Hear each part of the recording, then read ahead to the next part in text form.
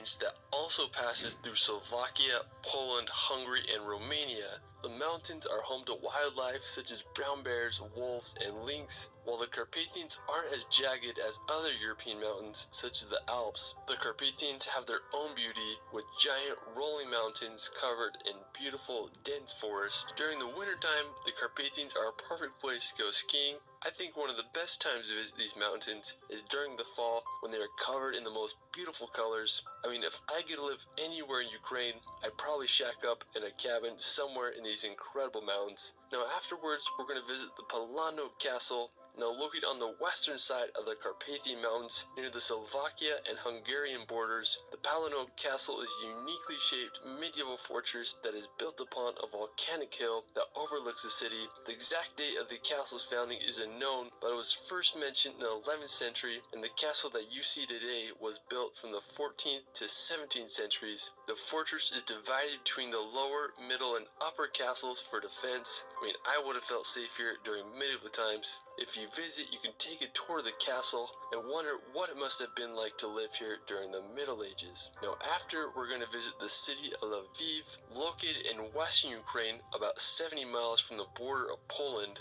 One thing interesting about Lviv is that it's home to 1,500 cafes, making it the highest number of cafes per capita in the world. I mean, I just love the architecture throughout the city. There's so many beautiful churches and other historical buildings. The roofs are just so colorful and unique. Now outside of Lviv, the countryside offers some unique castles such as Zolochiv and Pithursky castles. I mean, just such a stunning place. Now after, we're going to head over to the Pochayiv Lavra Monastery. Now, located about a 2-hour drive outside of Lviv, the monastery is the second largest in the country after the one in Kiev. I mean, just absolutely enormous. The monastery dates back to 1527, and today it's one of the most important religious places in western Ukraine. I just love the gold-plated domes contrasted with the green roofs. You know, just such a fascinating place. After, we're going to head to the city of Ivano-Frankivsk. Located at the foothills of the Carpathian Mountains, Ivano-Frankivsk is a beautiful city. It began as a Polish fortress in the 17th century and grew to one of the most prominent cities in the region. I love how it has a lake in the center of it. I mean, a perfect place to enjoy on a hot summer day. The central square is another great spot with a uniquely designed Ratusha building in the center. Afterwards, we're going to head over to Chernivtsi. Now located about a 2-hour drive from Ivano-Frankivsk, Chernivtsi is one of Ukraine's most important educational and architectural sites. The Chernivtsi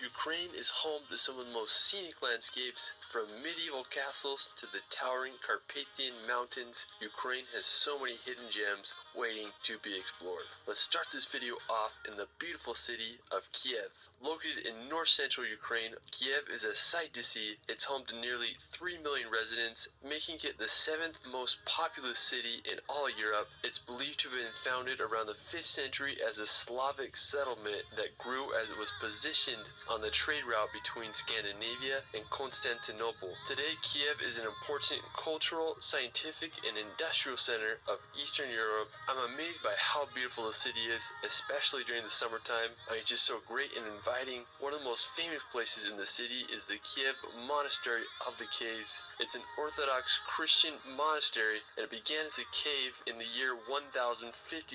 Today, it's an active monastery with over 100 monks, and it's named one of the 7 wonders of Ukraine. Right next to the monastery is the Motherland Monument. It's a 203 feet tall stainless steel statue that was completed in 1981. It's just such a unique statue that towers over the city. I mean, Kiev is such a spectacular place, and I hope you all can visit one day.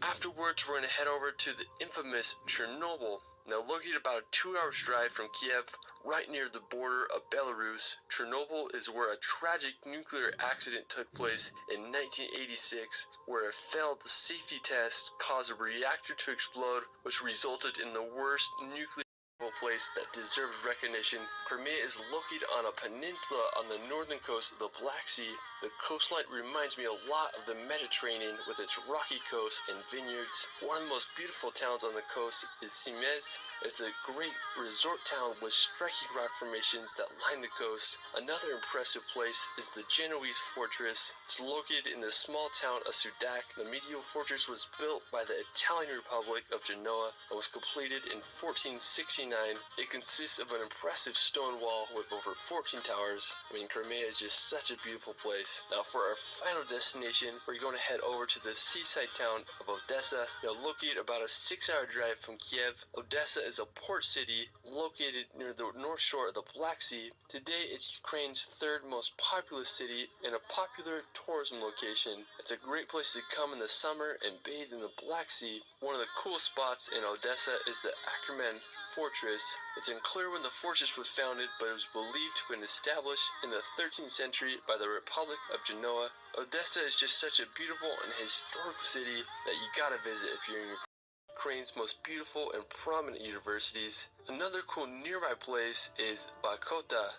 Located on the Dniester River about a 2-hour drive from Chernivtsi, it's a beautiful area with a massive bay and rocky cliffs that overlook the river. It is believed the area was settled around the 12th century by Christian monks who left behind cave monasteries filled with ancient frescoes and paintings. Overall, I think this is just a beautiful area in western Ukraine.